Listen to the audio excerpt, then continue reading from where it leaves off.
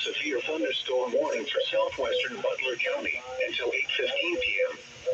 At 7:19 p.m., a severe thunderstorm was located near East Wichita, or near Andover, moving southeast at 15 miles per hour. You can expect 60 miles per hour wind gusts and quarter-size hail. The warning was based on radar indications.